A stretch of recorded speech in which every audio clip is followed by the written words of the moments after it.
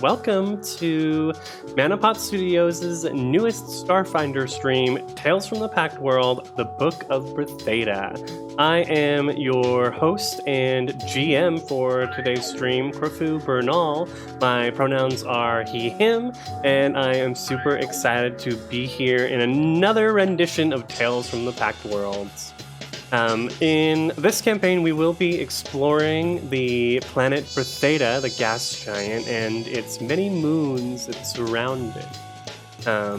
Starting off with one moon in particular in this 4-episode run. But before we go any further into that, I'll throw it to my fellow co-stars, starting to my right with Asmo. Hello everybody, Asmo Daniker here. You can find me online at Asmo Daniker in all the usual places. Frequent guest on Happy Hour, glad to be a part of something else with Manapot. It's a great organization. You can check us out in a couple of months at Heathen Cantina. My pronouns are he and him, and today I'll be playing a Yosoki grifter technomancer named Jerboa, and I look forward to sharing in piecemeal some of what he's been going through, because he's on Bretheda hiding. And next we have Mark. Good evening, good morning, good day, everybody watching. My name is Mark. My pronouns are he, him. You can find me hosting Manapot's other Starfinder stream, Tales from the Pact Worlds, where we are doing a original homebrew adventure romp through the Pact World system. We have been going strong for the past couple years, and we are just starting off on this new homebrew adventure. Really excited to see where it takes us. Tonight and for the foreseeable future on this stream, I will be playing Brunas Jadon, the Vesk mercenary envoy, who is a retired mercenary captain who is trying to get back into the game. Tries to get out, but they keep calling him back in. That they do. We just keep calling you back in, Mark. And we'll pop it up to above me with Parker. Hello there. My name is Parker Wallace. My pronouns are they, them. I'm frequently found on Starfound Pod with Dexter Warren, who is also here.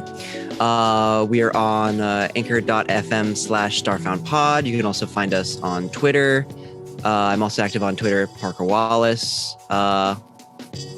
And on this stream, I play Ushogu, a Han cultist Solarian who has a bit of a sketchy past in terms of being part of a destructive cult of the Great Devourer and kind of is in part of community service right now.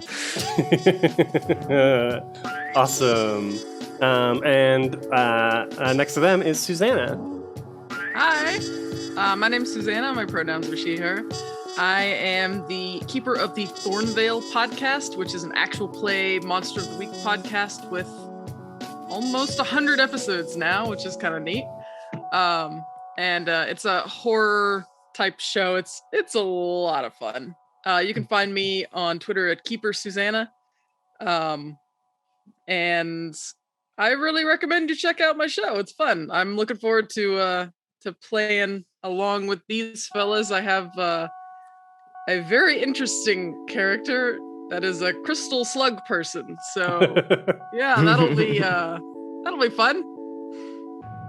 And of course, last but definitely not least, Dexter. Hello, Internet, at various times of tonight. I am Dexter Warren, and my pronouns are he, they, and I will be playing Mimosa Vega, a just kind of floaty boy who shines bright. Shine far, shine bright. Okay, so yes, we are here playing Starfinder, and I think it's best if we jump straight into it.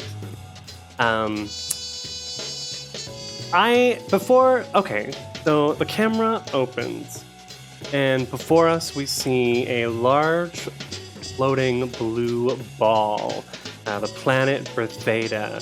And from afar, it does kind of look quite similar to our Earth in that it is primarily the color blue. But as we move in closer and closer, we can see that it is not indeed Earth, but instead something much larger than Earth, but also, as opposed to having land, green lands here and there, continents on the planet, instead the blue hues begin to deepen, and variations of the colors of blue appear as we realize that this gas is a gaseous planet. We can see several different striations and bands of blue running across the planet. And as we kind of zoom around and back to get a real bigger picture of the planet, we begin to see several moons floating around it. And one of them in particular, we begin moving very fast towards at this point. And like Earth, indeed, this one is primarily blue and green. The top part of it and the bottom part of it are covered in these lush green mountainous forests, and a blue ocean kind of, encircles the moon, Marata. We whip around the moon and we can see, moving from the gas planet Bretheda towards the moon, a small vessel ship. Now, I have a question for Mimosa, because the ship is of Barathu make and design, which means it's made out of biomaterials, and I don't really know what that looks like. What do you think?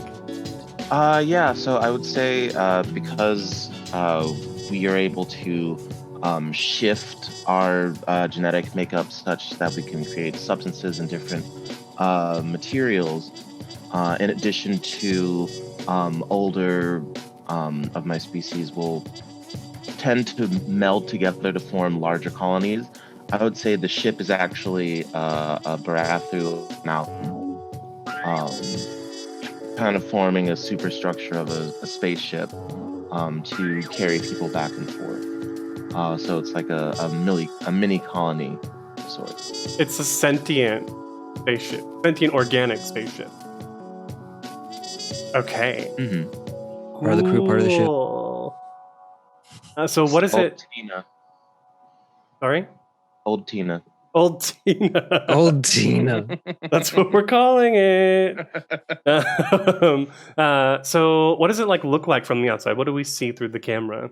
From the outside, I would imagine if you could take a kind of Spanish galleon pirate ship mixed with kind of a blimp, essentially, with kind of sails to catch solar rays, and then you'll see tentacles drifting underneath as a kind of landing gear.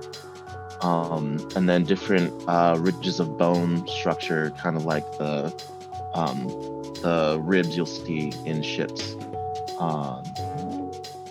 underneath the bottom to help give structure to the thing. Wow. Okay, cool. So Old Tina is flying through, and I think we see these kind of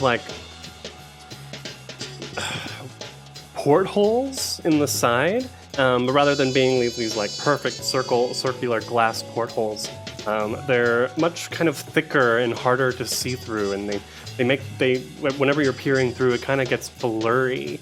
They're also not perfectly circular. They're kind of more of an amorphous shape, like a cell or something. And as we kind of zoom through that window, we can see a Barathu kind of floating at the helm, whereas instead of sitting in a captain's chair, it's floating with its tendrils kind of down and connecting into the floor, or rather maybe a console type thing. Floating next to the Barathu is a Vercite man, about 6 feet tall, quite slender, with these large kind of black mouse eyes, and wearing what looks like kind of wilderness trekking gear, and he's got a hand on the Barathu, and he's looking out the blurry windshields as they're approaching their moon destiny. The camera whips around to the rest of our crew. And so, Mimosa, where are you on board Old Tina? I think I am currently just kind of squishing my face against one of the viewports, and then for forgetting for a second, oh wait, I could just put my hand out, I'll put a tendril out and then just kind of like temporarily link up so I can see outside better. And you see jellyfish-like creature of tendrils, but you'll also notice a kind of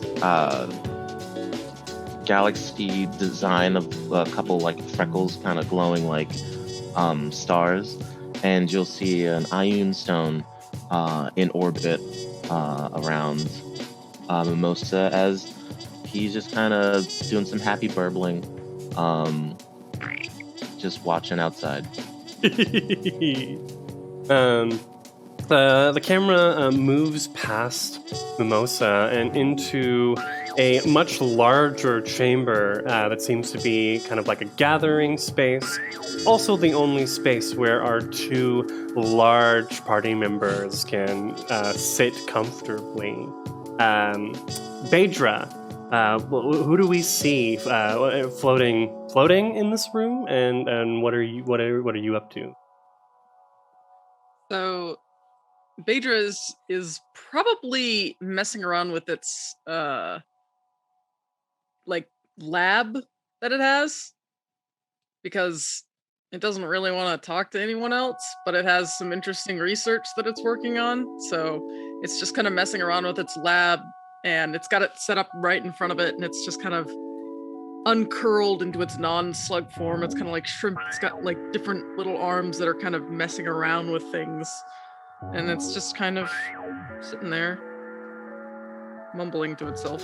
So this like large silver shrimp, maybe like 10 feet tall or wide, is floating here, messing with its lab. 13 feet tall. 13 feet tall. Oh my god! I'm a big slug shrimp thing. Yes. So is this like an alchemical lab or a techno console? So it is a custom micro lab. Oh. It's one of the things that I get from my class, actually. It's got supplies, medical supplies, testing things, pharmaceutical compounds. It's basically whatever I want in it. Nice. But I can use it to do different kinds of things. I'm currently using the chemalizer on it to look up some stuff. Okay, cool. The past Baydra, we can see another quite large creature in this room, Ushogu. Who do we see, and what are they doing? So Ushogu is a Han, which is basically a 10-foot purple, 6-legged, spider-like insect creature, is the best way I can describe it. Pincers and teeth. Their armor seems to be skinned from a serpentine creature. Like it's wearing the hide of some sort of giant serpent. The design is sort of like a Gila monster with yellow and black alternating, with a hood. But you can't really tell that he's 10 feet tall because he's hunched over sort of on the ground, sort of mumbling to himself as well. But not about science, about weird culty stuff. I just got an image of this yellow and black serpent that is native to Bretheda and like can inflate itself like a balloon to move up and down through the winds and the gas of the planet. Inflatable snake, yeah. we move past this sort of common area and into a less common area, a more smaller part of this vessel galleon, I suppose. We can see that, like Dexter described, the walls, while kind of looking like this, like a proper sailing ship almost. It's weird. They're half. They kind of look metallic, but only synthetically so. If one were to like lean on it, there'd be like kind of a soft, plasticky sound or feel. And we move into this smaller area, and we see like the camera gonna be zooms down to a small Isoki person. Jerboa, who do we see? What are you up to? Jerboa is 2 foot 10.5 inches with heels, and he has a white furred rat-like demeanor with a shock of purplish black hair that you can tell he uses some sort of product, not necessarily to achieve any sort of style, but to keep it out of his face, because he does seem to have an abundance of it. He's making sure he's not seen as he's trying to put the final touches on some mechanism he's implanting in his arm. He thinks for a moment, reaches it into one of his cheeks, and pulls out the proper tool to lock the panel back into place. Nice. He's adorable, but with a hint of menace, like a really friendly hamster that might bite you. Got it. And moving past him, kind of seated in this leather-looking... I was about to say leather. It's leather-looking because it's all formed up out of conjoined barathu. Booth is a big is a Vesk person. Brunus, who do we see? So Brunos is a Vesk who has up in the years. We see this Vesk is probably reaching 50 years old, which is quite a little bit old for the Vesk, as they are honor bound and warrior type people. Reaching that age is kind of you're considered like a grand elder, so to speak. Whereas most Vesks have probably died honorably and battled much younger than that. But we see this Vesk man trying to get comfortable in these quarters, but he just can't, knowing that there is just not 10 feet away is just another living organism that is probably not doing this, but Brunos can't get the feeling that he's being watched by this thing at all times. So we see him just trying to fidget. You see him constantly fidgeting, trying to get comfortable in his quarters or in this little area. But maybe like pacing and like sitting down for like a few minutes, looking at the wall really nervously, then getting up and going to another chair, sitting down and looking at the wall nervously still, and just repeating that, rinse and repeat for the duration of this trip. You're not used to riding inside of a sentient organism made up out of at least a dozen different other ones? It's like not can change something, their DNA at will? It's not something that he's accustomed to just yet. So Veskar, pretty big, medium-sized, like lizard people. How do we, looking at Brunos, how can we tell that he is old? You see that where his face, like on his face, most of his armor, or most of his body is covered in armor. And so you can see pretty much only just his face. And you can see that where there would be like facial hair for a beard are just elongated horns growing out of like pretty much all the way like underneath his chin, coming like all the way out and pointed down. And you can see many scars like on his face, like little nicks, like one connecting from one top of the lip to the other. But you can see more so than anything, just almost a tired and dreary look in his eyes, denoting just like a little bit of tortured wisdom behind them. Okay.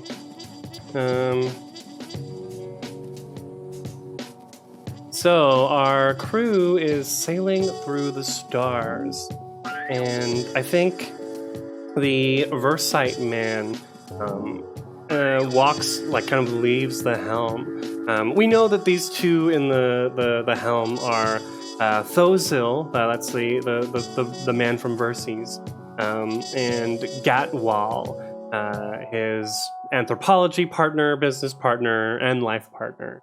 The Barathu here from local to Bretheda.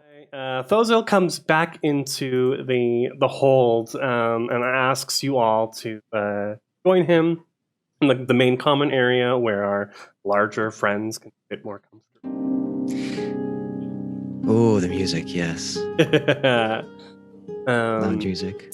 So we can see this Vercite man. He has probably like a short mop of blue hair. Maybe like tanned gray skin with those big black mouse eyes, quite large. Like almost sitting on top of his face rather than like set in like our human eye. He clears his throat. Thanks again, everyone, for choosing to be on a mission of anthropological importance. We picked you all up in Confluence. If you can see here on the map, it's on the kind of the northern tip of the planet, where Gatwal was successful in receiving permission to trek onto the moon, Marata. You may or may not know that the Amerikoi people, they're actually, go ahead and, if you're trained in culture, go ahead and roll me some cultures, see what you... Will do. Yeah. -1 in culture, not me. Nice. Starting off with a 23. Okay. Ooh, good roll. I rolled a 2. Yeah. My culture is +8, though, so that's a 10. 10, okay. Oh, not bad. Good. I would say with the 10, you know that, like most people know, the Amerikoi have been, what's the word?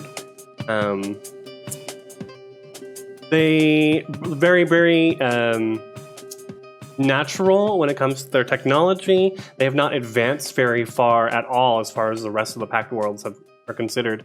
And it's only in the last 100 years or so that they've gotten access to things like electricity, or in more martial terms, guns, and they are an official protectorate of the Pact Worlds, and so they are not necessarily an official member, but they are recognized and represented through the confluence here on Bretheda. Brunos, with your 23, you would be aware that there are political struggles happening on Amerikoi and in the rest of the Pact Worlds, specifically because of this. There are some factions on Marata who, wish to remain kind of isolated from the rest of the Pact World system. And then, of course, there are many Amerikoi who are frustrated and feel that they should be given every right to go out into the rest of the Pact Worlds and make their way. So there actually, in the past 50 years or so, there's been quite a large influx of Amerikoi leaving Marata and spreading out amongst the stars here in the Pact World. So Ozil is like, well, so luckily Confluence gave us permission after working through the Maratan, what's the word? Diplo? Embassy. There you go. Thank you. After Confluence worked through the Maratan embassy, we were able to procure permission for this trek. Granted that we were accompanied by a Amerikoi guide, which is nice because I don't know if any of us are particularly skilled at wandering through wilderness. And he kind of asks that more as a question. Skilled at wandering, but not necessarily getting where I'm going. There are no trees in Bretheda, so it wasn't easy for me to get lost in forests. Oh well, I'm sure. I mean, from what I've seen, Bretheda would be easy enough for anyone else to get lost in. All those clouds and gas. But so luckily we're headed now to the port of notes. Hakoya, which is a rather new spaceport on Marata, and there will be greeted by our guide. I'm not exactly sure what they look like, but hopefully they'll be able to find us. And the Vercite man kind of laughs, nervous. Do you have any questions before we land properly? What is it exactly that we're supposed to be doing down there? Well, Gatwall and I, we're not necessarily trained adventurers, so your main purpose for being hired is security and protection. I think there are of course, many wild beasts that have yet to be discovered on Marata. You know, we want to make sure that we're safe. But I don't think that was really your question, was it? So what? No. Well, okay. Well, what we're doing is, Gatwall and I, we've been doing some traveling, wandering. He looks over at Mimosa of our own. We recently just came back to Bretheda from a visit on Leovara. We've been tracking one of my mid-gap ancestors, a great uncle, who is believed to have sailed an aethership. Who is? So go ahead and if you've got piloting, you can go ahead and roll that. If you've got engineering, you can also roll that to see what you know about aethership. Bingo. I will roll a piloting. I'll roll engineering. Ooh. Oh, natural 20. 21. So 22. 22. So 22. Yeah. 15. Also 22. 22 for the Brethedans and 15 for our biohacker. 18 for the Jerboa. 15 as well. 18. 18. Okay. So Jerboa and Bedra, you both know aetherships. You've probably seen them, or maybe have even sailed on one or two before. They're large space dirigibles, kind of primarily piloted by or run by magic of sorts, as well as a mix of magic and engineering. And they're primarily used as pleasure ships, yachts and cruisers of the like for the richer side of the Vercites. Verces, the way, is a planet here in the Pact Worlds. You can see we're here at Bretheda, and then Verces is down here. So you would all know that Verces is a tidally locked planet. One side is always in the sun, and one side is always facing away from it, hot and cool.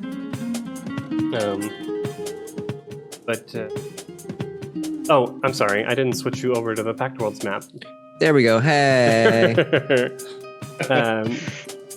Just to get an idea. Yes, so it was rumored that my uncle, that he was able to... so in addition to that, so you know that about aetherships, but our 22s for Mimosa and Ushogu, I'm still trying to memorize everyone's names. In your studies, you know that the aetherships were one of the first ships in the whole system to leave their planet. Verces was the first planet to properly achieve spaceflight. they weren't, as far as you know, they weren't able to get very far. Maybe one or two made it to nearby planets, Akaton, or potentially Golarion, I suppose, but which is no longer here. Instead, Absalom Station in its place. But you know that the reason why they're kind of more leisure ships, yachts and cruisers and the like, is because they would just kind of like float up and sit in orbit around Vercite for the rich and the nobility to enjoy from their literal high seat of power. So the idea that Thozel's saying here that that he's been tracking a pre-gap aethership. Did you know that they're, what little studies they've been able to discover about, or not pre-gap, mid-gap ships? They had early aetherships back then, but the idea that he's been tracking it all the way here to Bretheda is literally out of this world. Unheard of. So Thozel says, yes, well, we've been tracking my uncle's aethership, and the last place we found where he landed was in Liavara. We met with some Barathu there, the dream singers, and, well, they weren't very direct, as they usually aren't, being kind of touched by Liavara's chaotic energy. But, well, they gave Gatwall, he kind of looks back at his partner who's piloting the ship, a vision. And, well, this vision is directing them to Marata. Luckily, Gatwall was able to share that vision with Confluence, and that was enough evidence for them to allow us to take this track.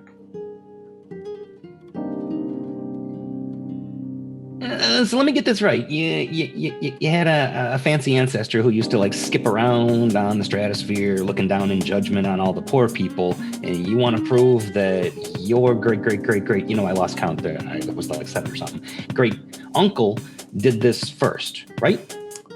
Yes, I mean, if he had sailed all the way up to Liavara and Bretheda, I mean, just imagine if we can find the aethership, what kind of lore and history would be uncovered in this. I snuck on board one when I was young, and we took something shiny, and it didn't fly after that, but I don't know that was related. Sorry, go on. Well, anyway, he like looks concerned all of a sudden. You like potentially stole an aether stone or diamond or whatever from a ship. So yes, the vision included. I think my uncle was given direction for Theta. I'm not sure what he was looking for or what he was tasked with, but we are pretty certain that his next destination was to be Marata, and saw a temple on the planet Marata. And so, well, hopefully we can find that temple. The first place we're going to look, our guide is going to take us to these caves where there are drawings, and hopefully that should work. And he like smiles optimistically. Hopefully indeed. So simple.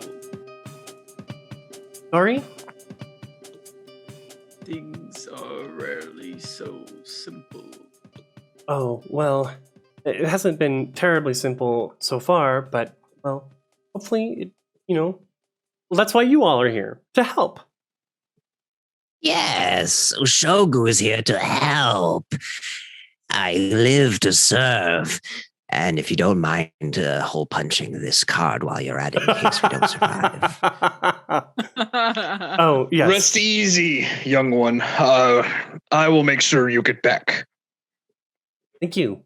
And yes, of course. Okay. He grabs your card. I was speaking to this one, and Brunus points to Ushogu. I think there is you in your mind. You all hear Gatwal's voice telepathically. Now approaching Ha Koi. Be prepared for landing, everyone. And Thank you, landing. Maybe Mimosa, if you're like looking through, you get that like the camera zooms into Mimosa and like through these like blue lines of like maybe like bio-nuric electricity. I don't know. And out through the front of the ship as we see this mountainous, beautiful, arid, forested moon, and land moving towards this space in a valley the forest has been cleared out, and you can see that it's a mixture of like sky rises, where various corporations, the tallest one of course being Abadar Corps, you can see like the big logo of scales. No, it's a big key is his holy symbol, representing Abadar Corps on the tallest of the skyscrapers. And then you can see from above that as you're moving towards the spaceport in the northern part of the city, that the outer parts of Ha Koi become a lot less technologically advanced very quickly, and you can see that they turn into these wooden dwellings built within the trees and on the sides of the mountains surrounding the spaceport itself. As we go to land in the spaceport, head to a certain docking bay. I'm sure Gatwal's gotten all of it telepathically or through the radio. Again, I'm not going to question how that works on a Varathu spaceship. But we eventually land, and I feel like, how do you exit this vehicle, Mimosa? Well, just the wall kind of opens up, just like the circular. Oh my god! Yep. Okay, awesome. And we step out onto the dock. Waiting there for you is a tall Marikoi person. They have like a kind of pinkish white fur, with these large bug eyes, like many different little eyes in one. Compound eyes. Compound eyes. I can never remember what that is. And they're holding a wooden gnarly staff, with I think like some kind of dried gourds hanging off of it that shake. But you can see that they're wearing more modern looking kind of armor, probably like something designed for trekking through the wilderness. So you can see like there's a vest on it and a belt with lots of little utility stuff. And they wave up a hand, and you can see their tail like wagging out behind them. As you get closer, you can see that it's not necessarily so much fur on the Marikoi as it is like thousands of little tiny furry cilia, almost acting as like whiskers. Yeah, and we need a name for this Marikoi now. Does anyone have suggestions? Names for the Marikoi. I love it. I know there's like well Gotta be Jeff. You're right. Yeah, It's gotta be Jeff. big. Jeff. I don't know what Jeff is short for, but There's Maybe two more like- apostrophes in there. Yeah, it's like J apostrophe F. Jeff. Jeff. Jeff. Jeff. Wow, Jerbo is going to take a moment. Jerbo is going to take a moment. Wow, I hate it. You asked us, man. I know. It's true. And looking up at the Han, saying, I noticed your parole ticket. What'd they get you for? Oh, nothing much. That's the story. Stick to it. Being part of a doomsday cult on Bretheda, that wanted to expedite the end of days. You know, you lose your path in life, and you just need a little bit of guidance. I was just part of an exploitation syndicate, you see. I'm sure they're Oh, related. well, you have to start small, of course. That's the only way I start.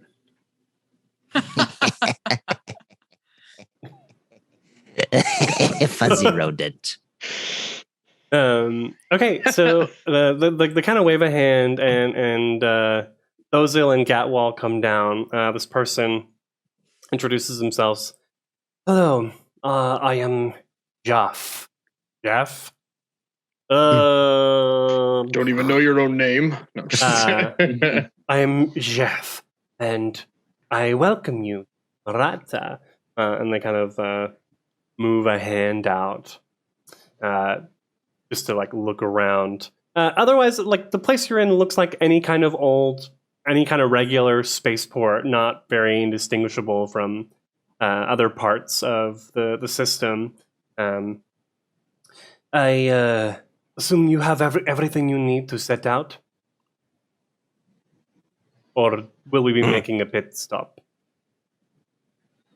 I have everything I need right here. Mimosa just kind of like checks his bags and then like shifts the body part around. Oh wait, where did I? Okay, check bags, check everything. Yep, ready to go. Thanks. Kind of waves two tendrils like a thumbs up. Wonderful. I would recommend we move carefully. Your mission, of course, was broadcasted by Confluence. We tried to keep all of our news of anthropological studies and forays into the wilderness as public as possible. And, well, things have been quite... And as soon as they say that, there's like an explosion in the spaceport from a little ways off, and screams as Marikoi and other types of people begin like running from that spot. You got fireworks for us. That's nice. Not fireworks, and literally this person like kind of runs around and like kind of hides in a spot as 4 creatures run up towards you and your ship. So let me go ahead and I like to hide. get this set up. You're gonna hide as well? As this conversation was going on, Bader was turning around and walking back into the ship. But why? I was starting to get nervous when they said Because that it it was public. forgot something and it wants to go get it. Oh, nice. Okay. So it just was ignoring this conversation and turning around and going to get it. All right, I'm going to move y'all. You should be able on the Absalom, or on this docking bay, rather. It looks like any other docking bay in the Pact Worlds. This is docking bay H6. Yep. So, Oh, I can move myself. you can go ahead and put yourself anywhere you want on like this side of the info booth to kind of represent where you were when we were starting. These 4 people run in.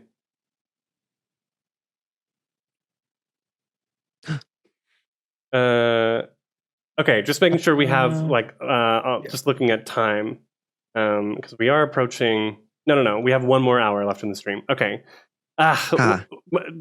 Europe hits daylight savings next week, and so then I'll be like back in it proper. But I've been super weird for the last week.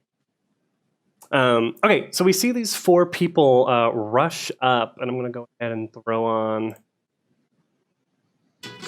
Yeah, there it is. 2 Marikoi with guns flanking a Urag, another Urag, a silver snail-like creature, quite large, run up.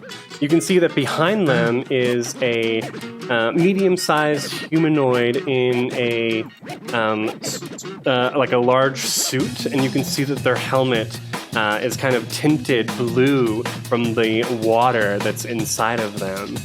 Those of you from Bretheda, or maybe all of you, if you've spent some time in Bretheda, would recognize this as a Kahlo. one of the fish people from the ice moon. What is the Kahlo holding? The Marikoi have rifles, pulsecaster rifles, and the Kahlo is holding a rifle as well. And as they run up, this Marikoi shouts, "We will not let you destroy our history and lore. Get them!" And they shout out.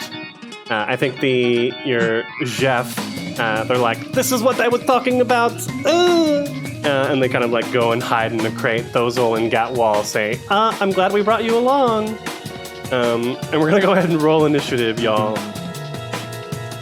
So in order to roll initiative, please can you use it? Do it in Roll20. So if you click your token, like Mark did, you'll see the initiative button in the top left.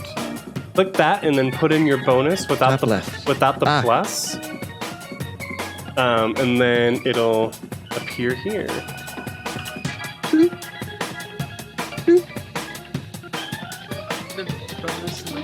Hey! So there'll be a button in the top left that says initiative after you click your token.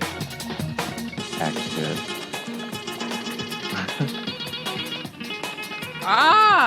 Top left of the screen. Yes, Gotcha. Yes. 1 second. Initiative. Oh, my initiative sucks. That makes sense.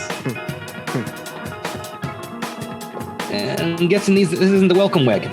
Nerp. Okay. All right, this Kahlo's gonna go first.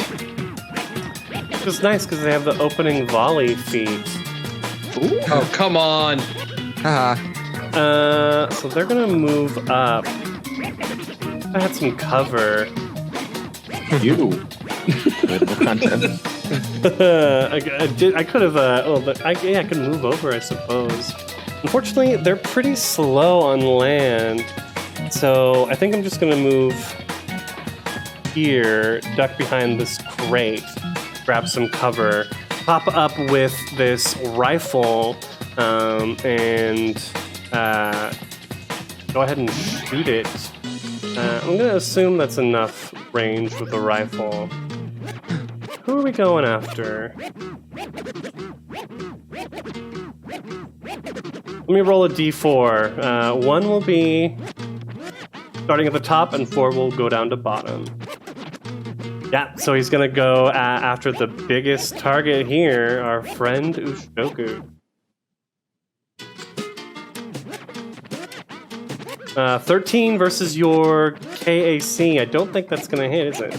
It does not hit. Very nice. So the rifle goes off and kind of goes wide. Maybe sprays into this info booth here. Jerboa.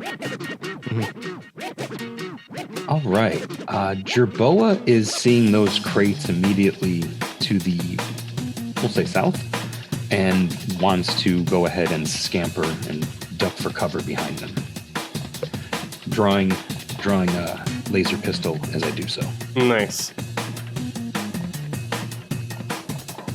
Okay. And I'm not going to take a shot, but I'm going to be ready to take an action if need be, but this was just my move. Okay. I think you can ready in action. Then you can draw as part of your move action for the pistol drawing. Right. So what's your trigger going to be if you want to take a shot? Have they already fired a shot? Was that a shot fired, or were they just aiming to get rid? That was definitely a shot fired. They're aiming to kill. Okay. Then I'm going to wait till they're at about the halfway point if they decide to move closer, because I don't know if my pistol's really going to have the range. Okay. And I'd rather not waste ammo, but a spell may be called for later. But I'm basically waiting till they close to engage everybody else and hoping they didn't see me duck behind here. Nice. Okay, I'm going to start moving this way. 5, 10, 15, 20, 25, 30. Can't quite get there, but I'll go ahead and shoot off another shot with this rifle, pulsecaster rifle, at Well, who to go for? Let's roll another d4. Rolling. 4. So it sees the Barathu, and this Marikoi. It wasn't this Marikoi up top was the one who spoke before, and this one like kind of curses. Oh, Barathu, always meddling in our business! And it's gonna go ahead and shoot off a shot. You have beautiful eyes. Get off our planet! Our moon. 16 versus KAC? Damn. EAC. It's an electric Oh shot. no. That just barely hit. Oh no. So it's gonna do Oh no! 3 points of electricity damage. Oh my god, no way. Shogu, that comes to you. Comes to me. Well, after being so rudely shot at before, Ushogu is going to stand at his full height of 10 feet, unsheath his corpse fleet dueling sword. For those who are familiar with Eoxian artifacts. And he approaches and activates his solar armor, which looks like this Vanta black void that just covers him.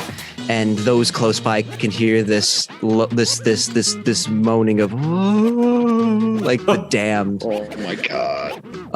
As this bug covered in shadow slowly approaches. I am also going to start attuning to photon mode, if I'm not mistaken.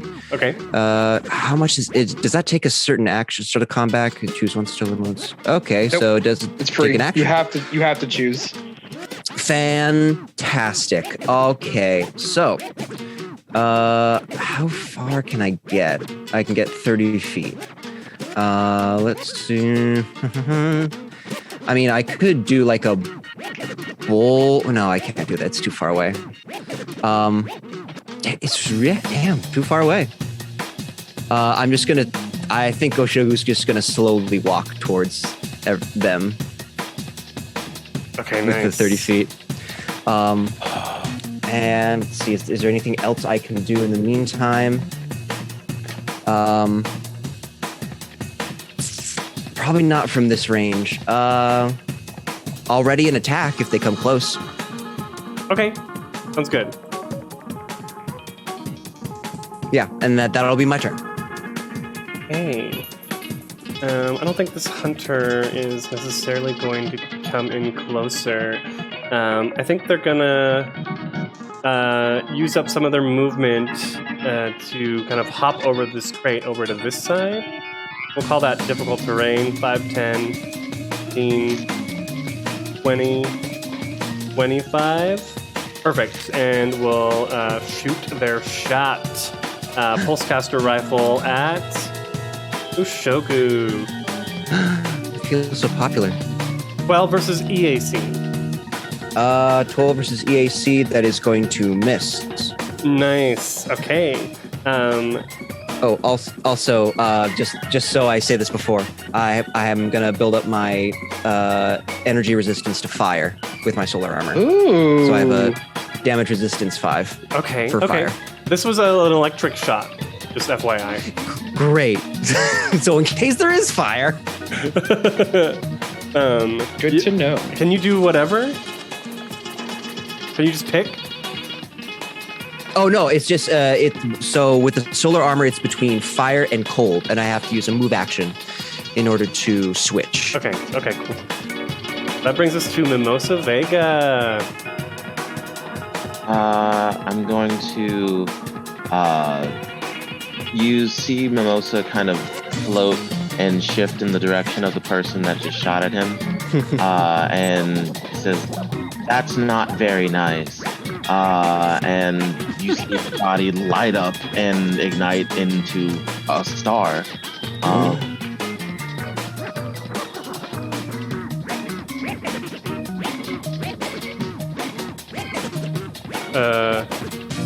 Dexter, I think you're frozen. You can't leave us Like, on lights up like, into a a star. bit more. Seriously. Yeah, and there's 20% up, 20% mischance. And then he says to the one that just shot at him, I'm going to throw a star at you, so good luck. And end my turn. Okay. I had forgotten to roll for this Urag, which is fine because they got a 4, which puts us right above Baydra. Sorry, Baydra. Better than me. Mimosa, I you're rolled like butt. was that you readying to throw a star? Yeah, this next turn because It takes a round. Okay, because you're just like glowing, like. Okay, cool. Very nice. That takes us to Brunas. So Brunas looks almost with envy at Ushogu and just says, "I gotta get me one of those." And looks at the Marikoi that charge forward. Then he says something in Vesk, or yells something in Vesk to the rest of his party. Whether or not you all speak Vesk will determine if you understand it or not. But then takes the run action. So I get to go 4 times my feet, or 4 times my speed. But that's all I can do, and then I'm flat-footed at the end of my turn. Oh shit! Okay. And he is just going to run straight up, right there, and that's the end of his turn. Oh, jeez. That's it. That's far. Okay. Cool. And it's important to note, while he's running, you do hear like his armor specifically is like you hear mechanisms like kind of whirring, like as if like the armor is helping him move in his advanced stage. As he runs forward. Okay. Cybergrams. This Urag over here kind of lowers their back tail to touch the ground, and you all feel like sort of an electrical vibration move through the metal floor. Not enough to like damage or do anything to you, but just doing something. If I know what it's doing. Yeah. I was gonna say if y'all wanna, if you wanna roll a life science, you can figure out what that is. Or Baydra, of course, knows exactly what it is. I know what it is. I have a -1 in life science, and I don't even think I'm trained. No, I'm not even trained. So do your worst. Anyone? A natural 1 for a total attack. I could technically roll it. My life science is stupid high. a 9. I rolled low. I would expect that from a biohacker. I'll just do this. This is fun. 22. 22. All right. Heck yeah. I'd still be rolling fairly low. Baydra, let us know what's going on. So I assume what it's doing is its electrolocation. Mm-hmm. Which is an Urag, which is in contact with a crystalline or metallic surface, can detect the presence of other creatures within 60 feet that are also in contact with the same surface through walls and other obstacles. That's cool. It's tough. It's super tough. Nice. Yeah, which means I can do the same thing. You're beyond that range, though. Do you feel that? If you're not within contact with anything, this is basically blind sense. So, which is also cool. But so for I don't think you feel anything beyond that range. Right, beyond 60 feet. So Mimosa is just within 60 feet, but since he's floating and not actually touching it, he's not. Haha. Mm-hmm. Yeah, because you're not in contact. How cool is that? That's so Stars cool. don't walk. And we're gonna call that a free action. It's just literally touching the ground. Yeah, it's just a thing they do. It's not. It doesn't. You don't require any roll for that. Dang. That's cool. But really I'm gonna cool. go ahead and perfect 40 feet. So I'm gonna go ahead and not move and do a full action shot. But No. first, Oh my god, no way. I'm gonna use. Interestingly enough, this Urag has resolve points, and so I'm gonna spend a resolve point to loses its natural resistance to electricity for 1 round and gains a bonus to the damage it deals with its electrical discharge. So it's gonna shoot, like, as it moves its tail down, it brings its claws up and pulls him together, and just these 2 bolts of electricity discharge out of it and shoot straight towards Ushogu. So I'm gonna roll this twice. 14 and 5. That's a natural one. That's definitely a miss. 14 versus EAC, Ushogu? Nope. Damn. So I would imagine that the 14 still hits you, but your Vanta Black armor just sucks it up silently. Oh my god, I love it. Amazing. Phaedra. Oh, Phaedra has no interest in this whatsoever. Gosh, I don't even think I can get close enough to do anything useful. Maybe I could get to Jerboa?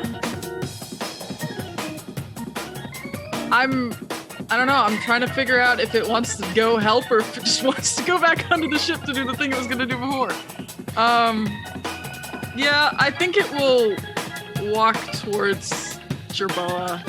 Let's see, how close can I get? I can't get very close. I'm very slow.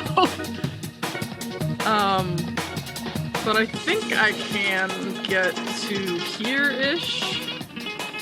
I see that you have a weapon now. I'll motion for you to come over. Yeah, I pull out a weapon. It's a little thing that you can see me load a little cartridge into it and then point it towards Jerboa. And then in Jerboa's mind, you hear, "Do not flinch." Yeah, I already got trust issues. And then I shoot my weapon at Jerboa. And I am actually shooting my Courage? No, I'm shooting I'm trying to remember what the name of this thing is. Hang on. Some sort of booster, yeah? I'm shooting my Costuject Liquidator at you, which is an injection weapon. Okay. And I'm going to inject you with one of my biohacks. Yeah. I know that's a buff as a player, but to Jerboa, none of this seems like a good time. Yes, yes. Specifically, hang on, I gotta find it. I have a lot of biohacks. Out here sharing needles. It is a basic booster. I am going to give you a 10-foot enhancement bonus to your speed. Yo! So you can move a lot That's faster. great. Oh, yes, I can. Okay. Yeah, so enjoy. Amazing. Yeah! Nice. Don't flinch and then shoots you with something and you feel something and suddenly you have this surge of energy as you are like, Concentrated oh coffee. man, I can move. That's good. Okay, So yeah, 5-hour that's what energy. Phaedra does. Quick, get over here. I have a buff gun. That's good. Okay, so round 2, we've got this Kahlo Dark Since I was- Hunter. I was holding an action. I was hoping for them to get into range. Is there any other? Do I have any wiggle room with what that action could be? I think there's this one down here. This Is that within Maricoid. 80 feet? Let's see. Oh, wait. Just barely. It's Okay. got. I'll give it some cover from this box, but not enough to completely block your view. Awesome. Then, if it's okay, can I take a shot? By all means. Oh, good.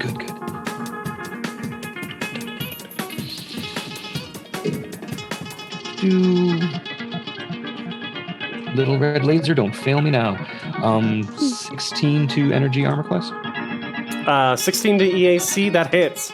Oh, with the cover, I'm sorry. With the cover, that still hits.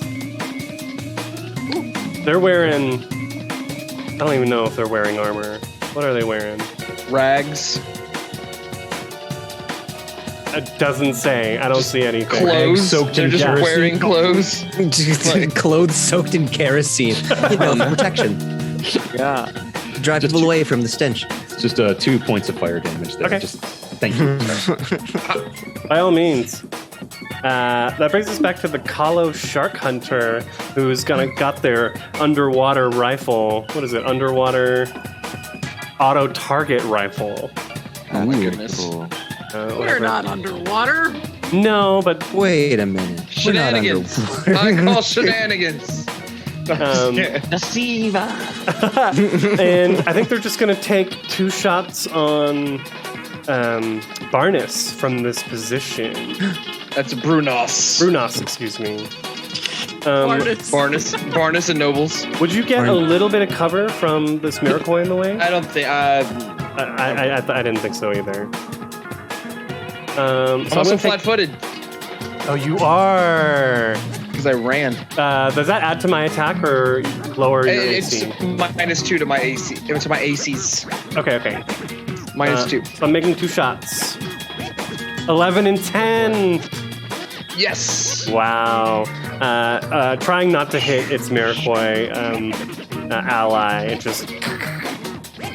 It probably is exactly the issue, is that it's not underwater, and so like the kind of the jerking. It actually has reaction. recoil. Like The recoil is like way stronger than it's used what to. the heck? Star Wars style. Your boa, I imagine that you've got like your feet just kind of like are like pulsing with energy at this point. I've got mad tippy taps going on. The zoomies. Yeah. The zoomies. He's doing the butt wiggle. I gave Got Jerbo a case of the zoomies.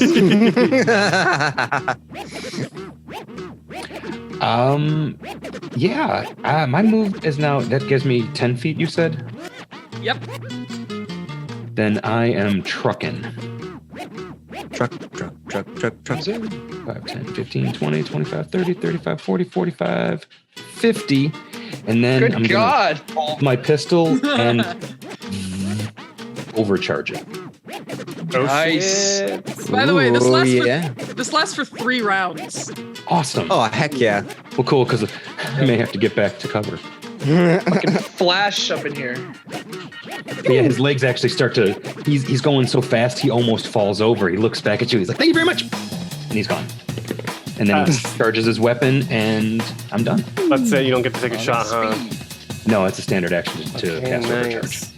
This Miracoy is up in this older Vesk gentleman has just run up into its business, so it's going to go ahead and drop the pulsecaster rifle and draw from its back a tactical spear and take a stabby stab.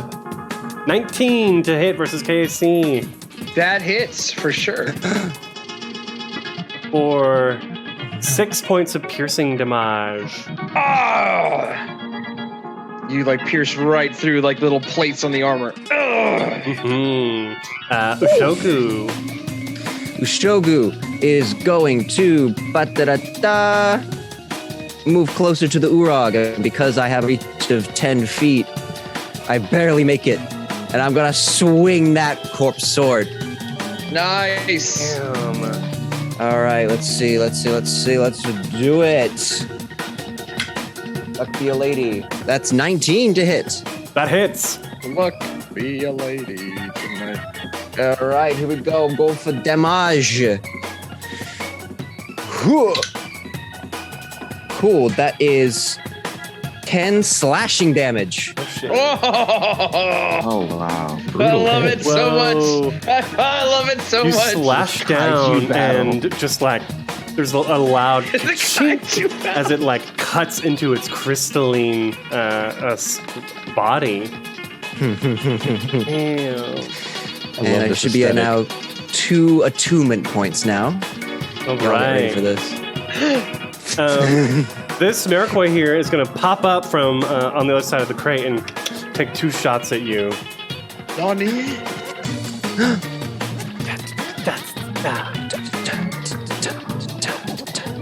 2 shots with the pulsecaster rifle. That puts us at a -1. But hey, there's always a chance for a nat 20.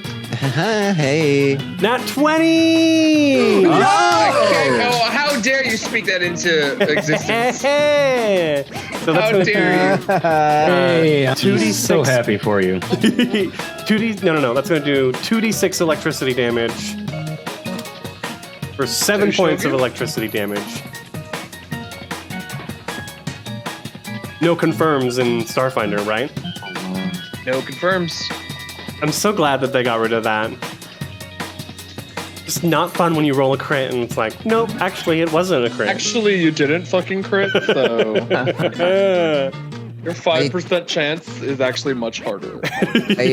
I grew up on 3.5 and I still don't get how criticals work. Okay, noise. The first shot like goes like straight into the ground, and then he moves it up, and it goes right through your armor and into your hip, sending electricity up through your side. That brings us to Mimosa Vega.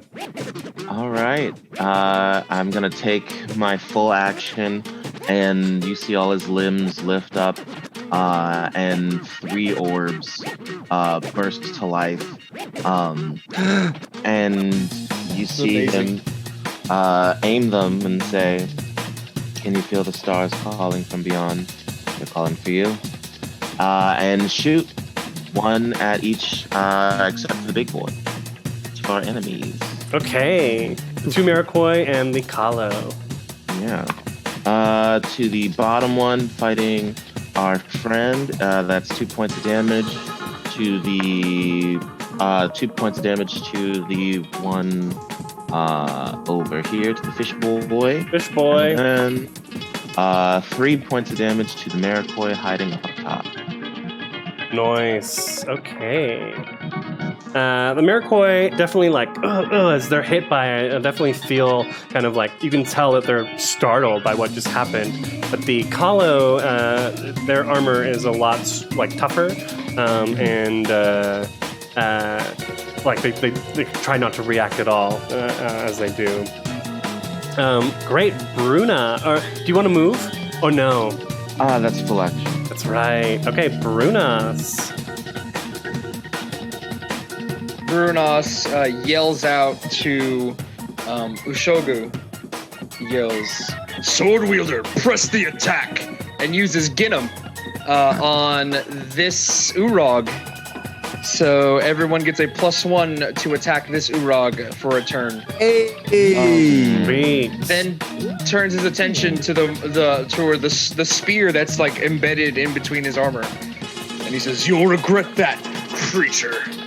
And goes into just straight up, just like wail on him with his fist. Fist?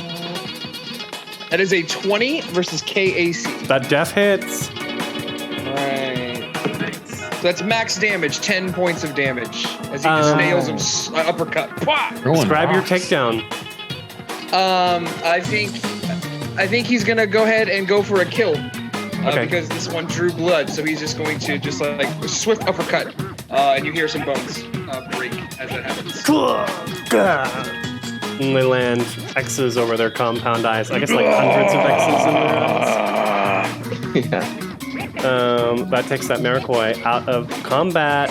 We're back to the Urag, though, who doesn't like that large dent in that crack in its form now. Is not happy about it. So it's just gonna go ahead. It's gonna jump back. Maybe a little startled. Creatures don't normally run up to it like that. It's used to being the bigger one in the room, I suppose. So it's gonna take a 5-foot step back. I'm gonna spend another resolve point to boost the electric damage as it shoots out electricity. I imagine that its tail touching the metal, the electricity starts there and kind of goes up its form and out its claws at you. Yeah. Ushogu. 20 plus 27, a near crit. Good God. Oof. Yeah, that hits. What is happening? And gains a bonus to damage it deals with electrical attack equal to its con modifier, so +2. For 7 points of electricity damage. Okay. And Bedra. Oh boy. Boy, oh boy. Here I go I'm killing so again. slow. All right. Pedro. So slow. Okay. That's as far as I can go. Yeah. Phaedra moves up a bit. Who's this? That's Mimosa. Mimosa? That's me. Okay. I think Phaedra doesn't do anything else. I think Phaedra just, like, takes the one gun that it has and starts sending it down its body through its articulated limbs and then brings up another gun and then holds on to it and starts slowly inching forward. Yes. Okay. That's it. Everything else is too far away for me to do anything. Top of the round 3, we're back to our shark hunter. Let me check. I've got a grenade. What's the range on a frag grenade? Like 20 feet? 20 feet. Not very far at all. And each 20 to 15. every range, 15. Okay, I have that here. Every range increment past that is -2. Yes. If I target it here, Well, yeah. Sorry. You're talking about like the range of the grenade that you can throw it is you can throw a grenade 20 feet, but then it explodes in a 15-foot radius. right, so if I throw it here, I could target both of you. But to throw it here, I would get a -2 to the attack. Right? Yeah, but you're just hitting an AC of 5. So. Okay, yeah, you're right. It's just an AC of 5. Thanks, Mark. Mark is our Hope you roll a resident one. Starfinder expert here at Manapod Studios. Resident of Thank you, getting my Mark. party members killed, apparently. So it pulls the frag grenade and hits a button on it as it starts to beep, throws it to that square. Grenade! 20 plus 15, so it definitely hits. I need Jerboa and Brunos to both make reflex saves. Oh no. What is That's an 8! They're gonna take 2 damage, not very much at all. So yeah, you see like a quick little flashback, you see like Brunos is like hearing like in his brain like someone hit the deck, Captain! No! One of his teammates. And he's just too slow to react. His PTSD is getting the best of him. Oh shit. No. Jerboa, what I did crouch down and 22. I crouch down and throw my cyber arm over, and the super close up of me in slow mo. You just see my cheek flap absorbing the impact. I think it's still half damage. Yeah. The 1 point of damage. Out. Ouch, indeed. And that's the Kalo's Shrapnel gets in his turn. face. Not that great. Jerboa, back to you. I don't know, man. It's time to shoot the. Characters? Time to shoot the Kalo. Yeah. Time to shoot him. Yeah. They've got a little bit of cover, but by all means. The Kalo? Oh, from the crate. I see. They're kind of like perched up on it. Okay. Is it soft cover? I was wondering that. I was just about to look up the cover rules. I imagine that they've got light cover in this spot. Partial cover. So it's still just a... Softcore would be a +4. Partial cover is +2 to AC. I got a 14 versus energy. Ooh, let's double check. Ooh. That is a miss. Does it hit the crate? It does. Can the crate have a very bad day of 4d6 fighter damage? Oh, that Crate does the Wilhelm overcharge. scream. Well, actually, yeah, roll that damage. Good. I have to feel good about wasting a spell like, supercharged weapon. Because it's just a wooden crate. Well, it just took 17 points of fire damage. It has a hardness. Not a lot of it, though. Hardness of 5. Hit points per inch of thickness. So it's not that thick either. 17. As you... 12. down to 12. So as you laser through the front of it, begins to like burn up and caves down, removing the cover for the collo in that spot. Well done. Then I feel like I've contributed. A whole lot of smoke pours out of the barrel from that too, and you can see the power settings are lower on it. And I've still got my move left, and I'm still trucking. So we are 1, 2, 3, 4, 5, 6. Thanks for the boost. Going to use you as cover. Nice. Okay, Ushogu. Ushogu is going to, seeing the Urag retreat, walk around. Oh shit, that's really close. It's closer than I thought I would be. All right, well, that's right there. Yeah, perfect. Right next to both of these. And Walk both around. of them. So you're avoiding the attack of opportunity? Yeah. Okay. I'm still going to be in their space, but like, I'm going to be right here in between both of them. And both of them should start to feel, as Yogo approaches, some tingliness, maybe some warmth on their exterior or skin. Okay. Maybe like a bit of a sunburn, as Ushogu releases radiation from his solar armor. I'm going to need them to make a fortitude save. Okay. This is for the Kahlo Shark Hunter. That's an 8. And for the Urag, Fort is they have really good saves actually. 22 for the Urag. Ooh, the Urag saves, but the Kahlo is now sickened. Whoa. Okay, damn. What is this? What's happening? It's a stellar radiation called a stellar revelation called radiation. Okay. It's just exuding low levels of radiation as a star would.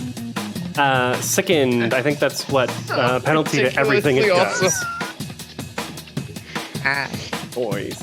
Okay, Marikoi's in a great spot up here. It sees this monstrous-looking Han covered in like black hole armor, and is going to go ahead and take 2 shots. Is it likely that I get another natural 20? We'll find out. Yeah, We'll see. do it. It's a dirty 1 and an 8. A dirty 1? A dirty 1. Filthy. Not a Gotta natural make it. 1. Dirtiest of ones. So You get a dirty 1. We got a real friendly dog downstairs, y'all. He's super friendly. He just gets nervous around new people. Aww. So yeah, those 2 shots go wide. We're back to Mimosa, the floating star. Yeah, I'm gonna just majestically gonna float forward 30 feet. I think this is 30 feet. So if I wanted to float up higher, would it be like 15 feet forward, 15 feet up for my 30? I think so. That sounds right. Cool. Then I will go here. And we can put... I'll put a little symbol on you to show that you're flying. Oops. Excellent. Did I move you? And then... Yeah, here. There you go. That's where I am now. Would I be high enough that this Marikoi still has cover from that angle? Or no? Let's say no. Okay. Excellent. Then I'm going to take a shot with my plasma port, and he'll just kind of open up a biological compartment, and then out, just kind of from the side, whoop, just a whoop, and take a shot. Ooh, that's a 19 naturally. Damn, that hits. Ooh, gonna be good. That's 2 points of damage. Okay. As he just kind of fumbles with it for a second. Is this how you press the... Ooh, oh. Figured it out. Also, that's a really cool radiation thing. Teach me how to do that later. Bye. We're back to Brunas. All right. Quick question: did Ushogu take damage in the last round? Yes, from the Urog's last attack. I think. Yeah, it was a lightning attack. He got 7 points of lightning damage. Yes. Okay. You're right. Yeah. All right. So for my move action, Brunos is gonna, while moving, he's going to draw his Ember Flame Doshko. Ooh. And then come up 1, 2, 3, 4, 5. Can only move 25 feet. And then screams out, as a standard action, screams out to Oshogu. And he's like, "You are a brave warrior indeed. Press on. I will make sure that you get through the end of this fight." As an inspiring boost. So you get, let's see here, how many stamina points? Envoy level times 2 plus, you get 9 stamina points back. Whoa, that's cool. Dang. And that's the end of my turn. Okay. We're back to this Urog here. I mean, if it ain't broke, unfortunately, it can't move far enough without taking attacks of opportunity from you because you're up in its command. All right, man. Oh, by the way, I have no idea what languages my character speaks. I have common and my races, but I was gonna talk to you guys about picking other ones, so I figured I would specialize compared to what you guys do. So I don't know. Smart. Yeah, I mean that's fine. We could talk about that later. I mean, Conversation for after. yeah, of course. The Urog, instead of doing anything else, just takes its arms and moves in to slam at you. Ooh, For 17 versus KAC. damn. KAC. That should be a fail. Really? Yep, I have 18. Oh Damn, my dude. Nice. Awesome. Holy! I absolutely love it. That's why I got that solar armor. So it goes and slams, and you can see that your Vanta black armor just kind of shimmers and it absorbs the vibrations. I'm gonna go ahead and at least take a 5-foot step back, probably in this direction. Daedra. Oh, everyone's so far away from me. Who's next to me? Jerboa. Is that Jerboa is next to me again? I'm everywhere. I don't think my my effects have worn off on Jerboa yet.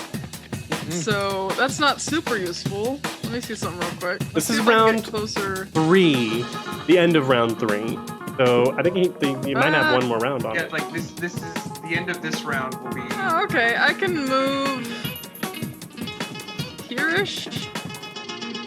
And gosh, if you were just wait, I have reach. I can reach you. Right? Yeah. That's how that works. That is Urogs only have a reach of 5 feet though. That's all they do. Ah, bugger. Yeah, it's weird. That is a weird reach. It's super Yeah, I only weird have because a it reach- says a space of 10 but a 10 reach of feet and a 5. reach They've got of 5. little feet, Huh. little limbs. Little dangly Babies. hands. They're almost like centaurs in that regard. You're not helpful. Little dangly Hate prawns. to rain on the parade. I need to be just well, what the heck, I'll shoot you. Okay. Oh, what the heck? I'll shoot you. I'll shoot you with my science gun. For science! I had put the other gun on, but I still am too far away to hit anything.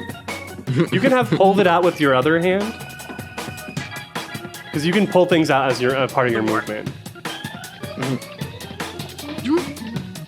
'Cause that's what I was doing before. Whatever. If I have to drop the other gun, I can, I guess. But I don't know. I have so many limbs. I feel like I should just be able to Absolutely. say anything. So Everyone's ambidextrous in this universe.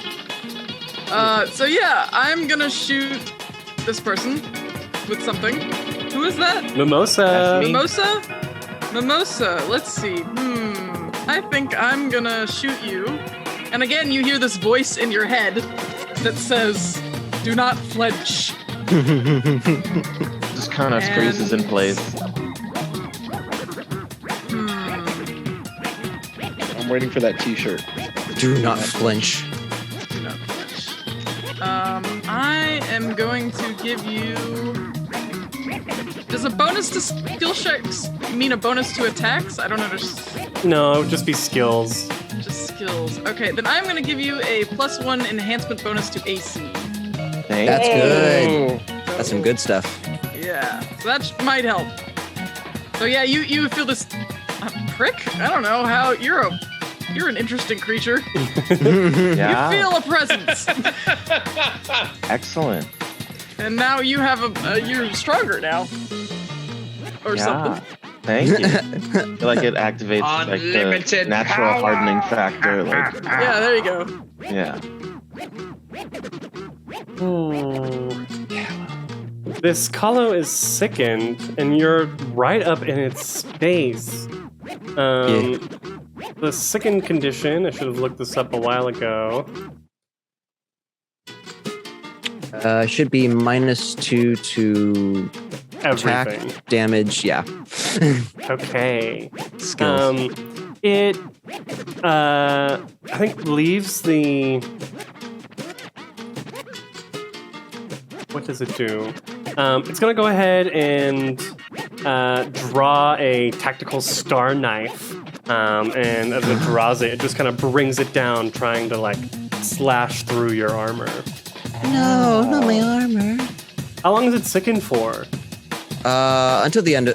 Till the end of my next turn. If I don't do it again. So this is -2, 22 versus KAC Ooh, that's good. That hits. for Pierces 4 the points void. of piercing damage. 4 points. Oh no. Oh. Your boa. I have. been hit. So, is this info kiosk next to me? Is that Available? provide me cover? Okay. Yeah, totally. Then I'm going to go in there and kick up a cloud of pamphlets. See the lovely Marata. Come, enjoy our trees.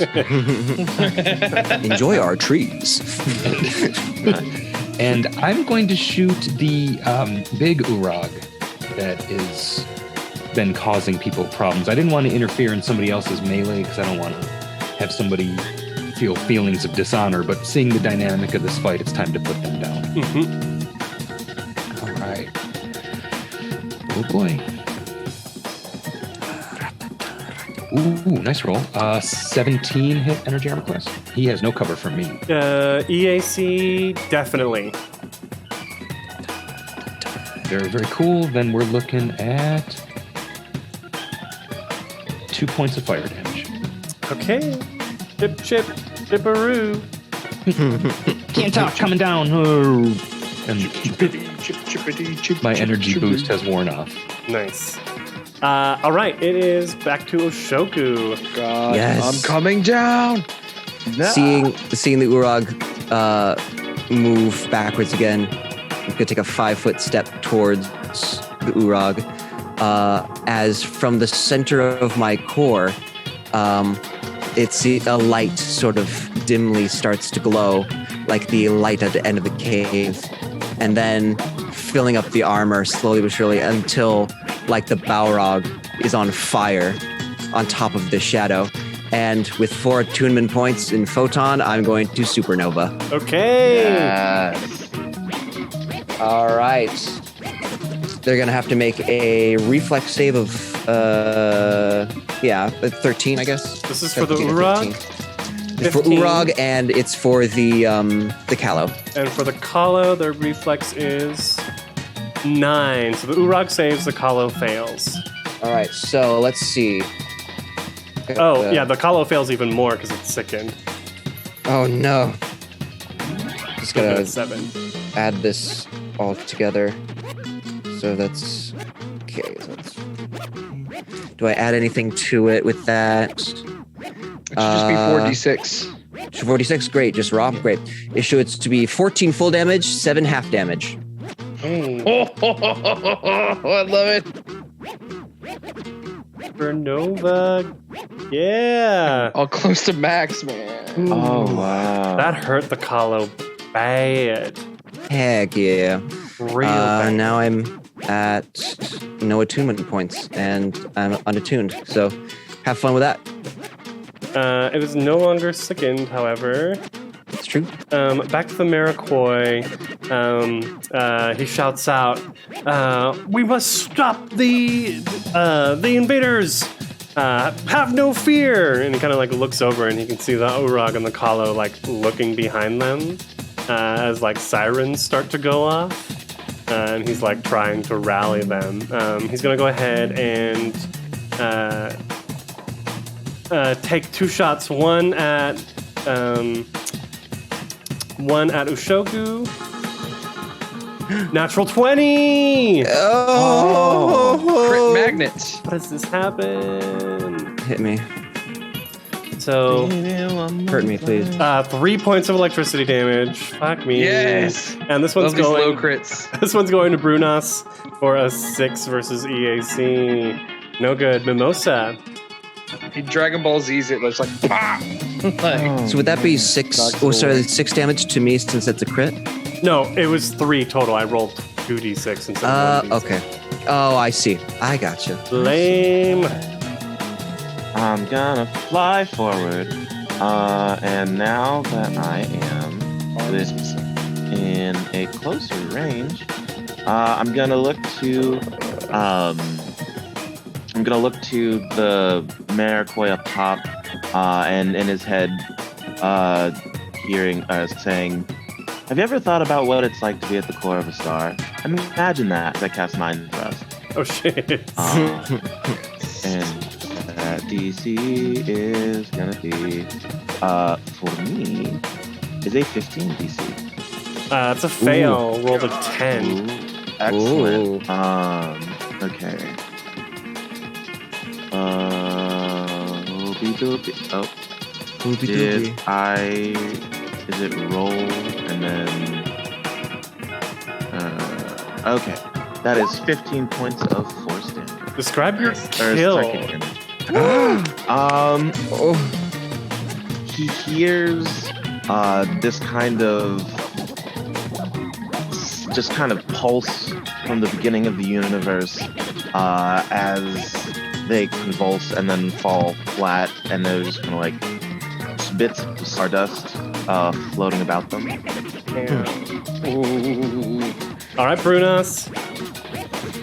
I'm gonna roll a D4.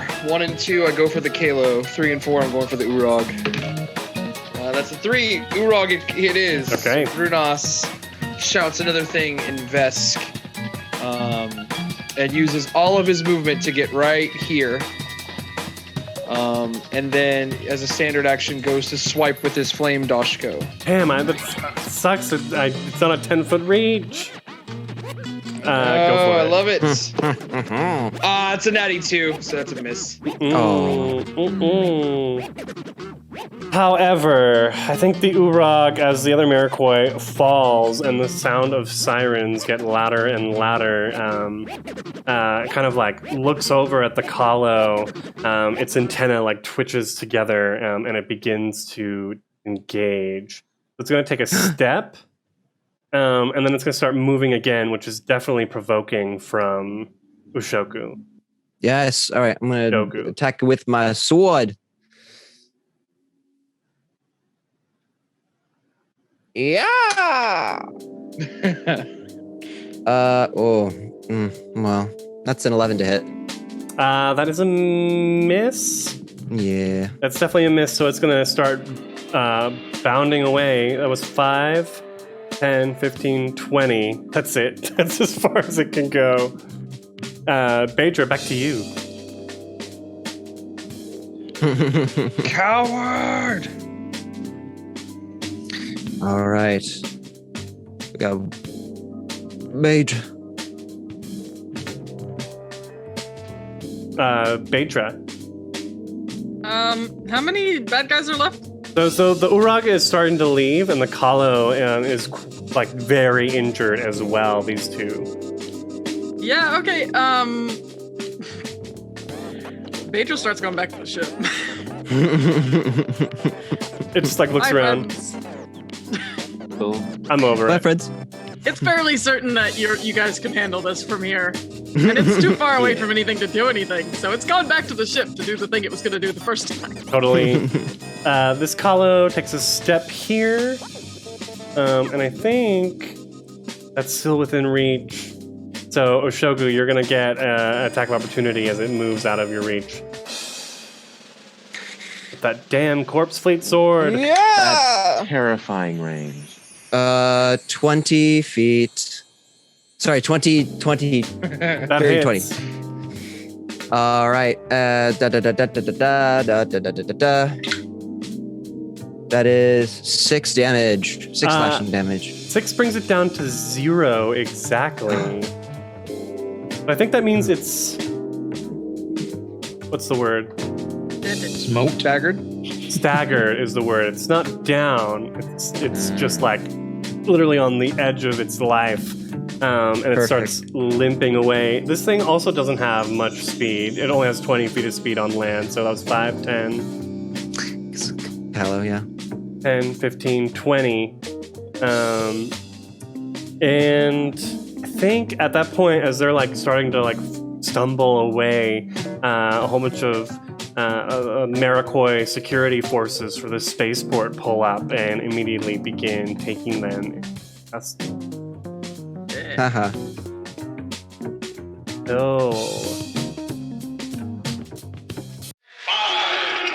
There we go.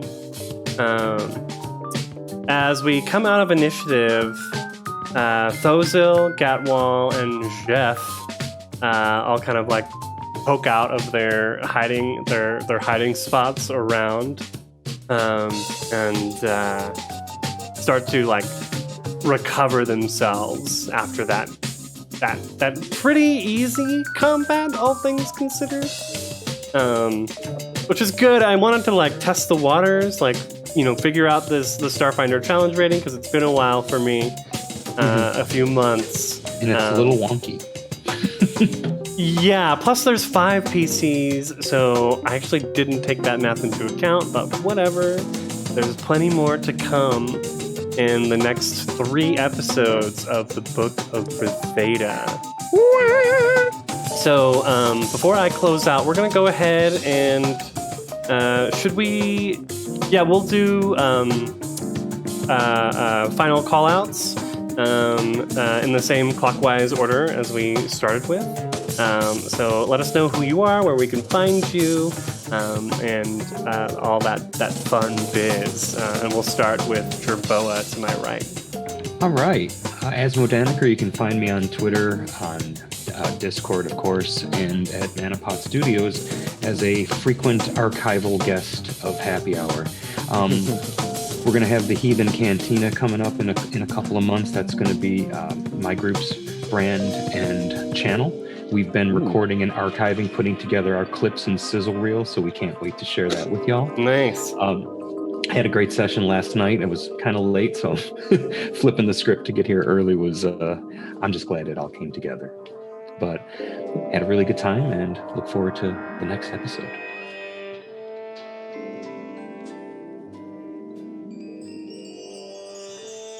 Hello, everybody. Once again, my name is Mark.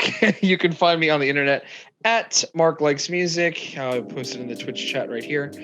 We will be streaming our Starfinder game next Sunday, so on the off days of this stream, whereas this was taking place in the morning in American time, ours will be taking place in the evening every other Sunday, where we will be doing once again an original adventure set in the Pact Worlds setting.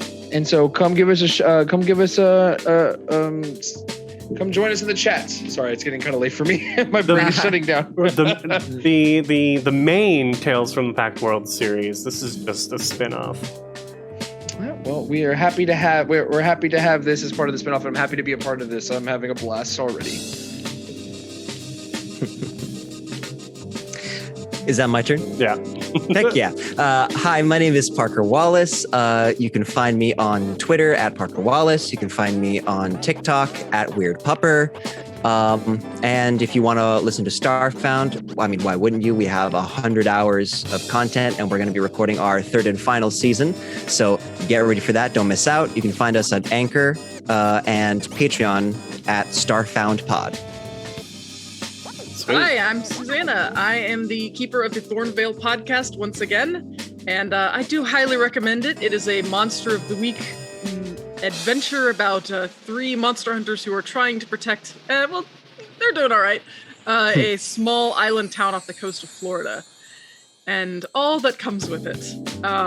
And you can find it at thornvalepodcast.com, or pretty much like just search Thornvale, you'll find it. It's THORNVALE, so...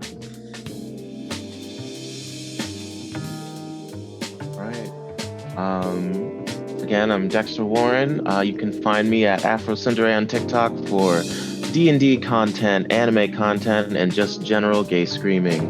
Dexter Warren on Instagram for some memes. And you can also find the Starfound Pod Instagram as well for more information. General gay screaming, I love that. Hi, I am Krifu Bernal. I stream on my own channel here on Twitch. You can just click my username to get to that. I stream video games, but every Saturday I've actually started streaming a solo Pathfinder game of the Skull and Shackles adventure path. And it was hard. It was kind of hard at first, but I'm slowly, like after a few weeks, been getting used to just role-playing with myself for 2 hours.